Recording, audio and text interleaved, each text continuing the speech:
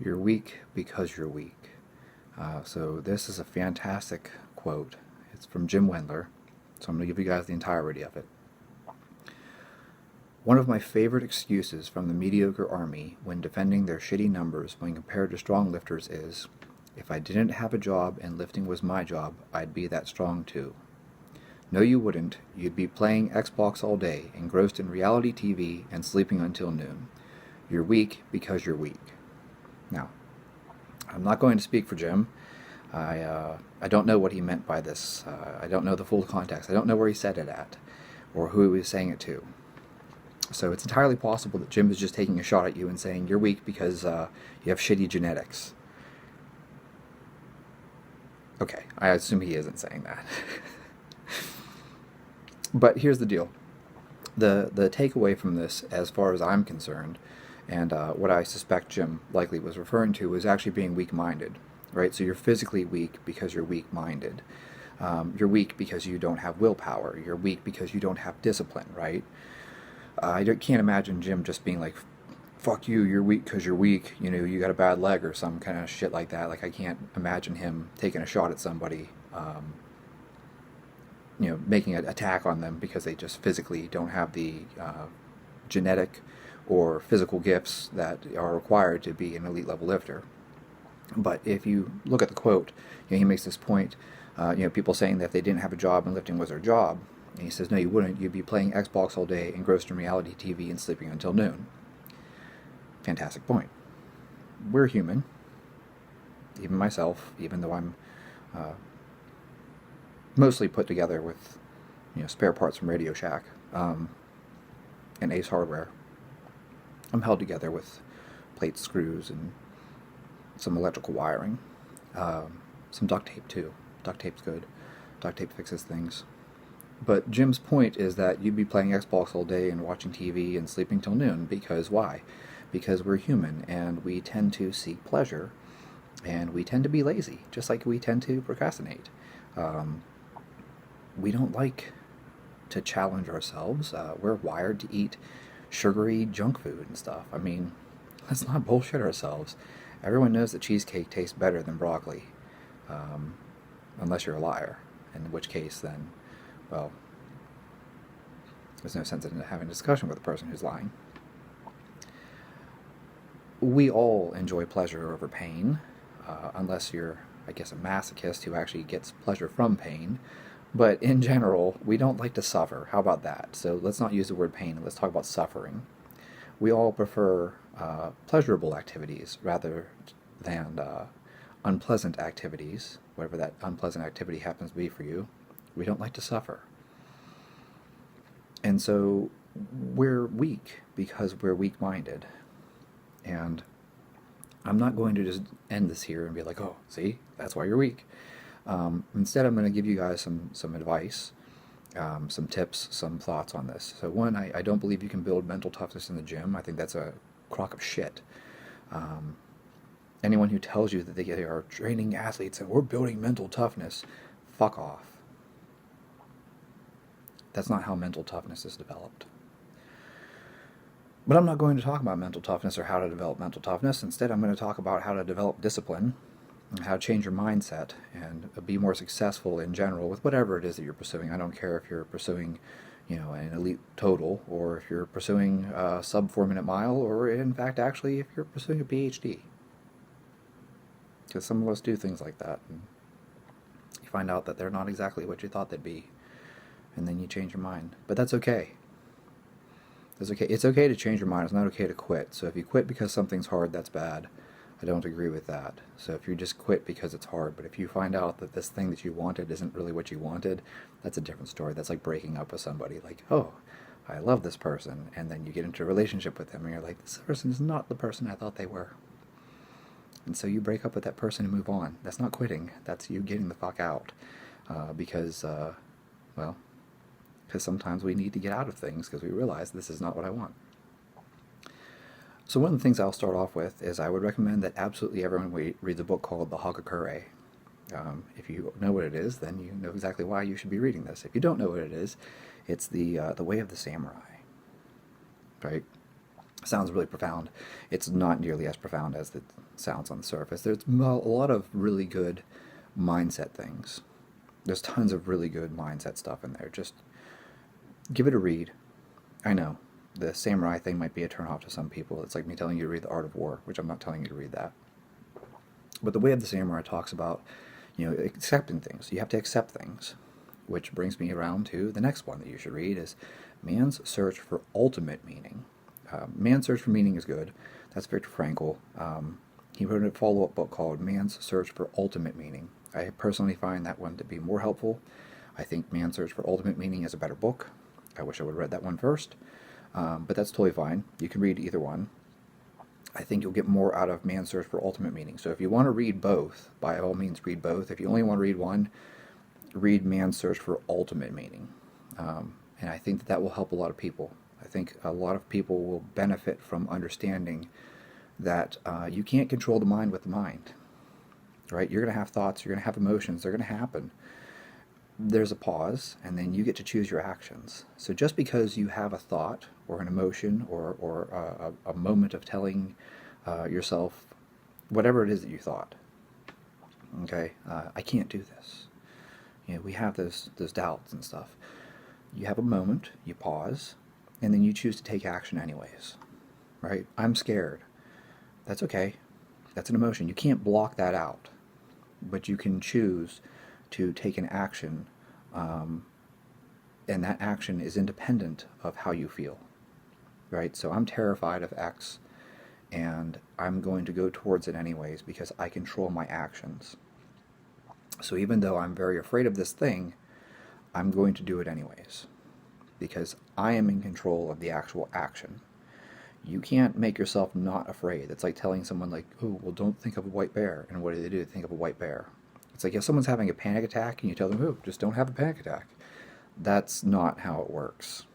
So I think it's really important that people start to understand that your thoughts, your feelings, your emotions, they come and go. And you don't have control over them.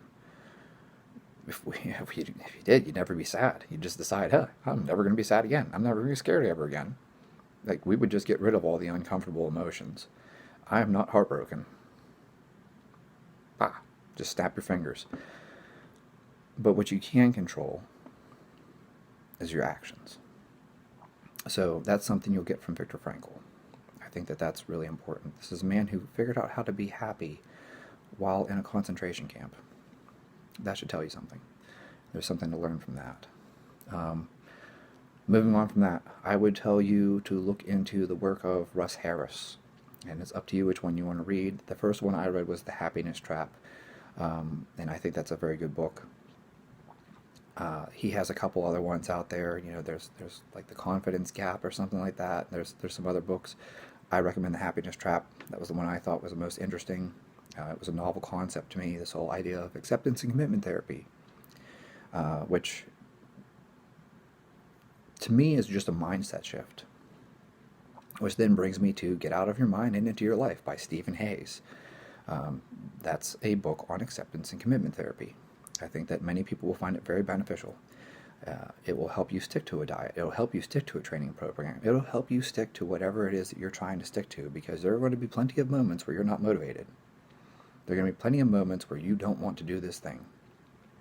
And by using acceptance and commitment therapy, you can retrain your brain so that you are always in control of your actions, which means that you have discipline. So even whenever you're not motivated, you still have control of the actions, and you take actions, you take steps, you do things that move you closer to your goal, even whenever you don't feel motivated. Because there's a day where, oh man, I don't want to follow my diet today. I'd much rather just veg out on the couch and, eat potato chips. But that doesn't get you any closer to your ultimate goal. Your long-term goal is something else, and so that doesn't behoove you to do that. Similarly, you could look at it like, drinking. Rational Recovery is actually a very good book. Even if you're not an alcoholic. You have this urge, I want to have a drink, because, you're an alcoholic and you're trying to quit. Just because you have the thought, just because you have the urge, does not mean that you have to do it. You can choose not to.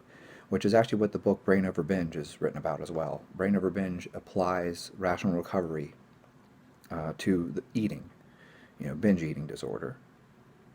And I think that that's a really good way of looking at things. Just because you have the urge to binge, just because you have the urge to drink, just because you have this thought, doesn't mean you have to act on it. In fact, actually, if you don't act on it and you ignore it and you recognize, hey, I'm in control, well, that thought will pass because you're in control. You've made a decision. You've decided I'm the one who's in control. I control my actions, not these random urges. So, it's like, think of your brain as being separated into different parts. You have this part of your brain that's primitive. It just has urges, the lizard brain, as we call it. And then you have your frontal cortex and everything like that, where you actually make decisions. So just because there's an urge in the back of your head that says, do this, you don't have to do it. You don't have to cheat on your wife just because this woman sitting across from you is very attractive and she's definitely coming on to you. You control your own actions. And then I'm going to come back around and I'm going to say that I think that it's almost redundant, but I'd be remiss if I didn't recommend it. Jocko Willink's book, Extreme Ownership. I think that that's a good mindset shift for a lot of people. I find that one to be more accessible. There are other books I would recommend, but I feel like Jocko's book is digestible. Is that a good word for it? Some of the books that I've read on that type of concept are a bit academic. Like they're definitely intended for someone who studies psychology, like as a major or your master's or whatever. They're very clinical and academic in nature, whereas Jocko's book is more like someone wrote this book for normal people to read who aren't interested in studying this shit as like a college course. And so I would actually tell you that Extreme Ownership is a good one to go with. Essentially what I'm telling you here is, I love this quote from Jim, you're weak because you're weak. And in my mind, I think that what he's really saying, and I assume that this is what he's saying because I've listened to enough of him and I've read all of his stuff, that I feel like he's really just telling you that you're weak-minded. And that's what your problem is. We all seek pleasure. We all procrastinate, right? I just want to play this video game for just a little bit longer, and then next thing you know, you are out of time to write your paper. We all enjoy pleasurable things. We seek pleasure, and we procrastinate, and we get easily distracted, right? We're all on social media. Think about how many hours a day you spend on social media. One of the best things I did was just massively cutting back on everything. Like, I spend almost no time on Facebook. I'm barely on Instagram, and really I don't spend much time on YouTube other than posting videos, and sometimes I watch certain people. I listen to podcasts on YouTube. But in general, I don't spend a lot of time interacting on social media. Because it's very easy for me to sit down and think, I'm going to spend 5 minutes. And next thing I know, I'm like, holy shit, a whole fucking hour gone.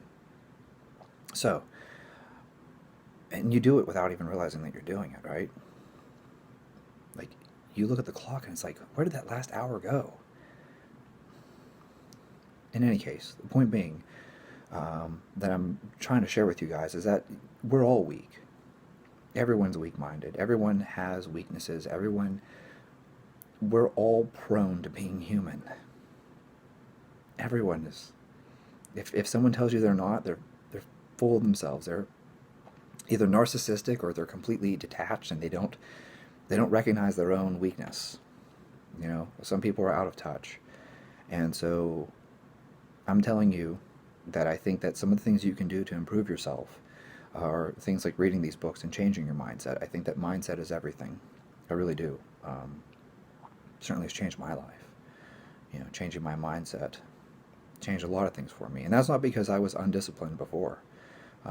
Anyone who knows me knows about how I was dead set on trying to become a Navy SEAL. Now, I failed at that, okay? I didn't quit. I failed. I really failed. Big time failed. Maybe we'll get into that someday.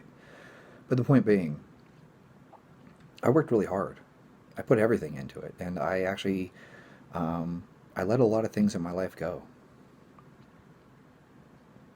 Um, I probably shouldn't go down this path, but just very briefly, like I mean, um, I damaged my relationships. My relationships with friends, my relationships with family, um, romantic relationships even. I put all my effort and all my focus into becoming a Navy SEAL, and I wasn't, how do I put this? I was so disciplined and so focused on this goal that I let everything else fall by the wayside. I was extreme, which happens, and sometimes you have to be extreme to do things. But the point that I'm trying to make here is once you adjust your mindset and you learn to control your mind, right? You learn to no, I shouldn't say control your mind. You don't want to control your mind. You want to have a separation between your thoughts, your feelings, your urges, etc., and your actions. And if your actions are consistent, then that will get you to your goal.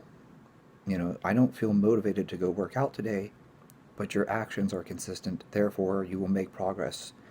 I don't want to sit down and write today, but my actions are that I'm going to sit down and write today. And so eventually that dissertation will be done, because it meant that I worked on it even when I didn't feel like it, even when I wasn't motivated.